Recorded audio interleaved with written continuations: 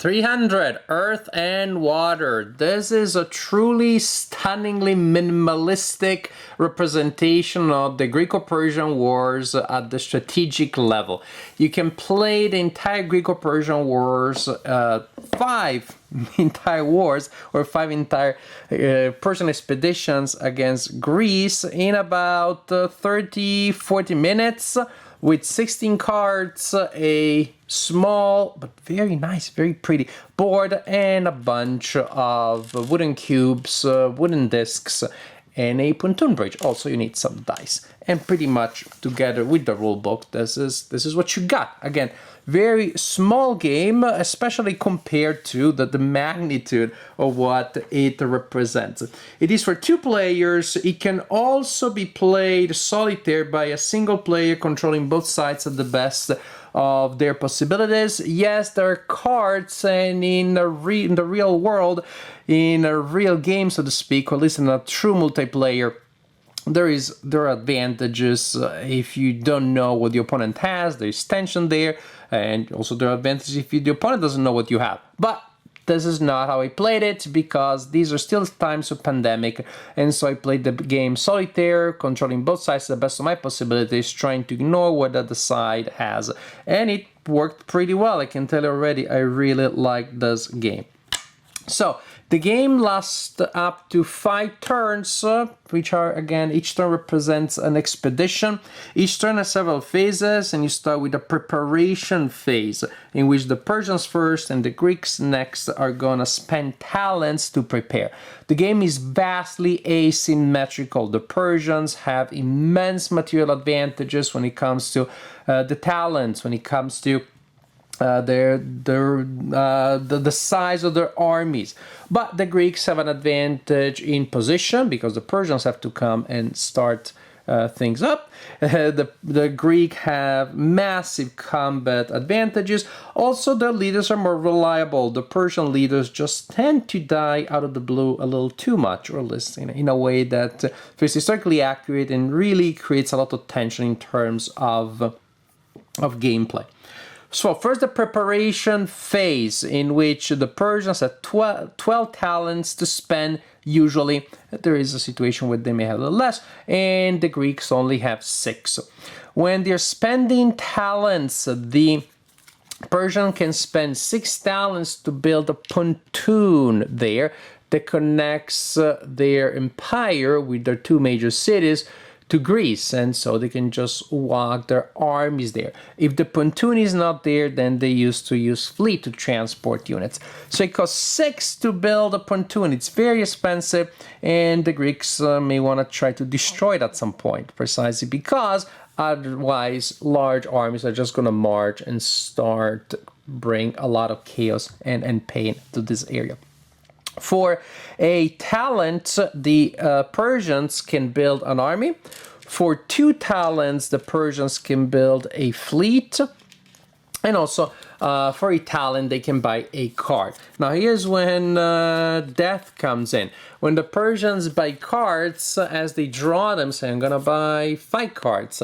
When you buy them, if the card says... It says Death of the Great King. I must have missed it, because I know it's in there. Sudden Death of the Great King. When the Persians are buying cards, if they reveal that one, then the Great King is dead, and the expedition does not take place. You don't score. Nothing else happens. You reshuffle the card into the deck, and you simply move to the next turn, which again represents the next expedition.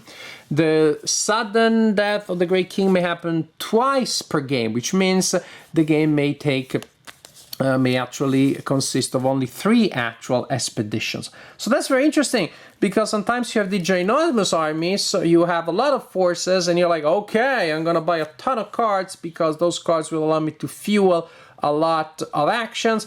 But the more cards you buy as the Persian, the more likely you are to actually, the king gets stressed out.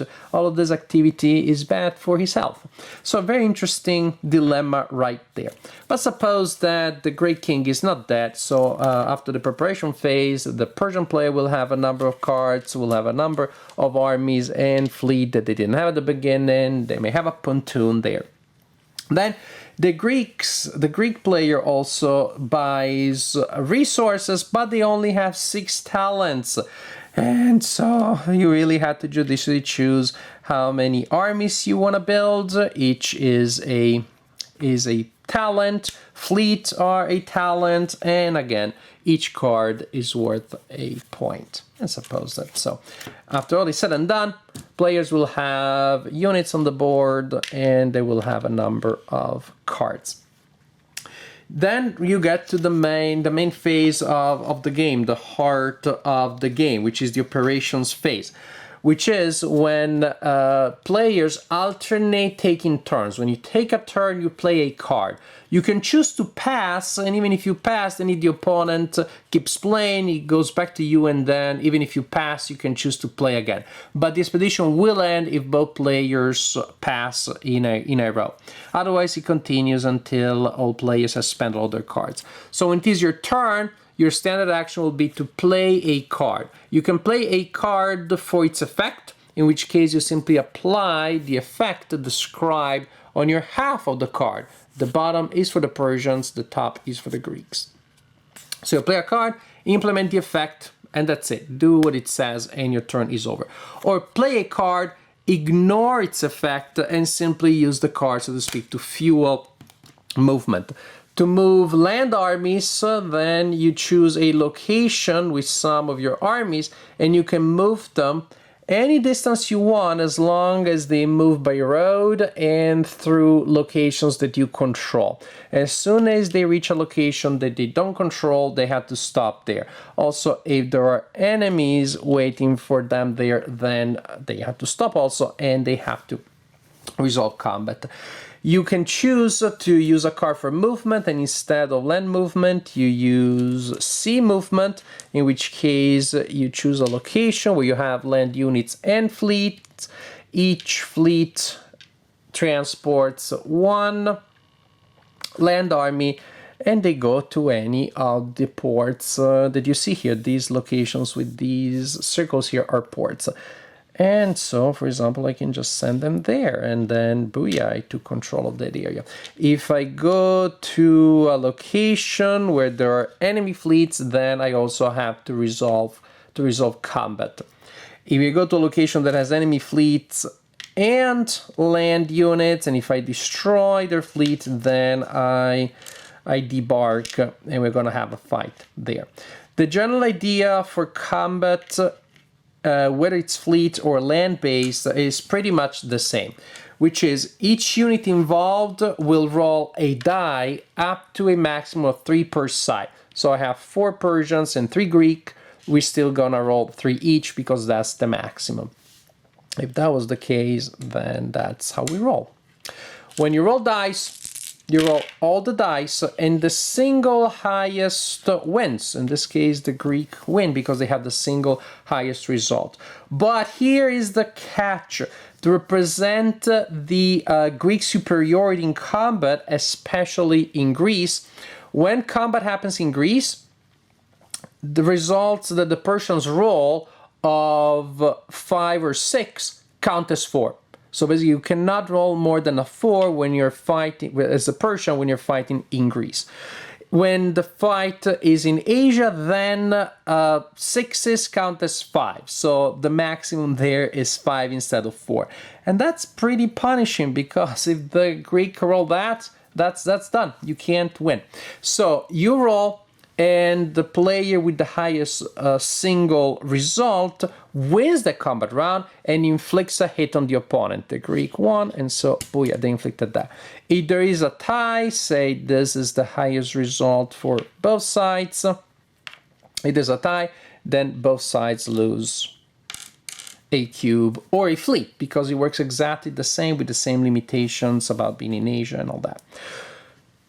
If at the end of a combat round only one player has units there, then the player is the winner. If both players still have units then the attacker first, then the defender may choose to retreat. The attacker will retreat where they came from. The other player needs to retreat to locations that they control, the defender, and so on and so forth.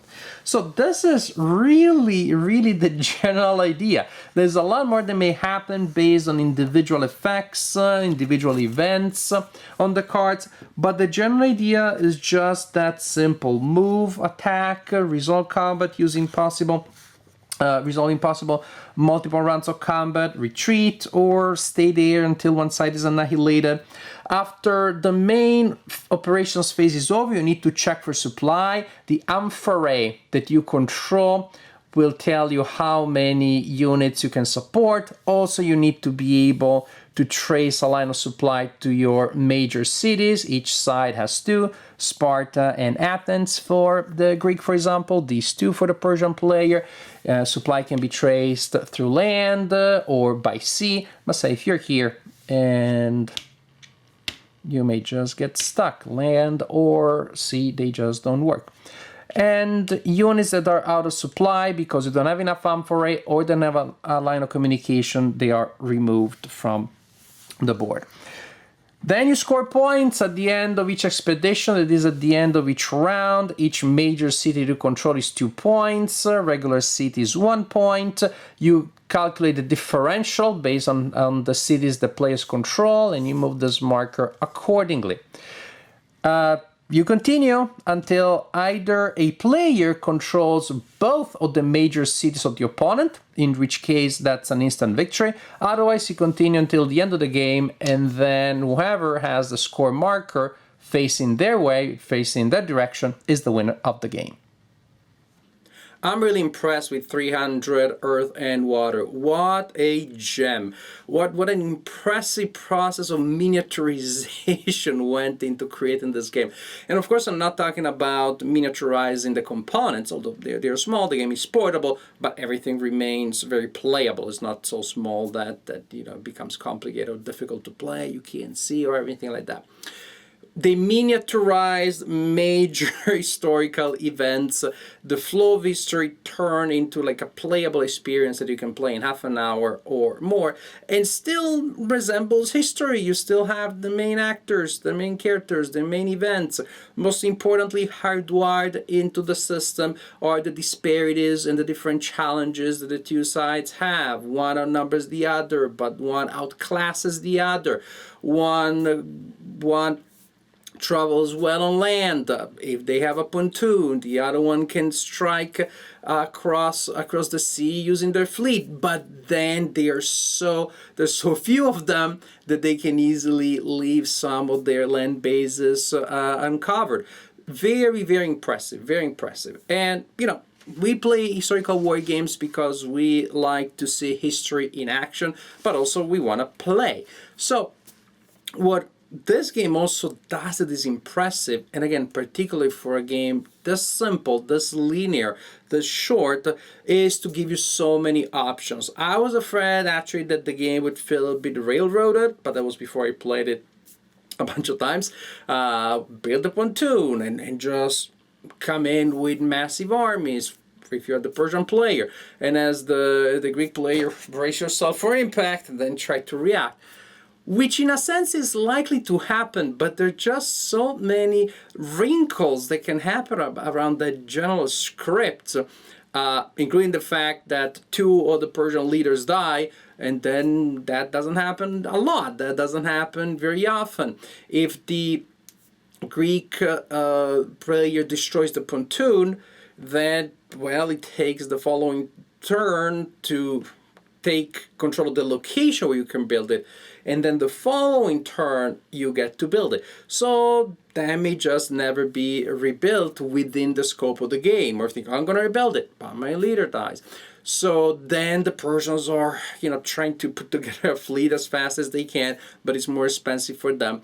So there, and then again, the card play and the event, whether or not those 2 major deaths are gonna occur on the Persian side. None of them happens. 2 of them happen. again, there are just so many different things. So maybe the Persian player is going to try to score points by building some fleets early on and take control of those islands in the middle of the in the middle of the sea, in the middle of the board, and take control of some other locations here and there instead of going to threaten the major locations of the Greek player. So such a simple game, but between the randomness of the cards and between the way the board is built, that seems very, very rote, but in truth you can go in different ways and invest your resources in different ways. It turns out that the game offers really varied gameplay with a lot of interesting plot twists and great replay value. I was really, really impressed. And I played the game by myself, controlling both sides to the best of my possibilities. When I control one side, I try not to think too much about what the other side has in their hand, and somehow I managed to do that. Not everybody may be able to do so. Unless you're trained in the art of multiplayer solo, I think this may be hard for many of you to play in that fashion, but luckily enough, all it takes is one other player, and you can sit across a table 6 feet away or something like that. So maybe you're at the vaccine now, wear masks. But in any case, if you think it's gonna be hard for you to play multiplayer solo, maybe by now and play it after the pandemic, because I think if you're a war gamer, you're gonna enjoy this game. From time to time, you may want to take a break from some of the biggest, heavier, more complicated games in your wargaming collection, and you still have the feel of a war game. You still have the flow, the profile, the experience of a war game, but in such a simple, such a distilled way that I think is really impressive. So 300 Earth and Water, definitely an impressive design, an impressive achievement in minimalistic wargaming.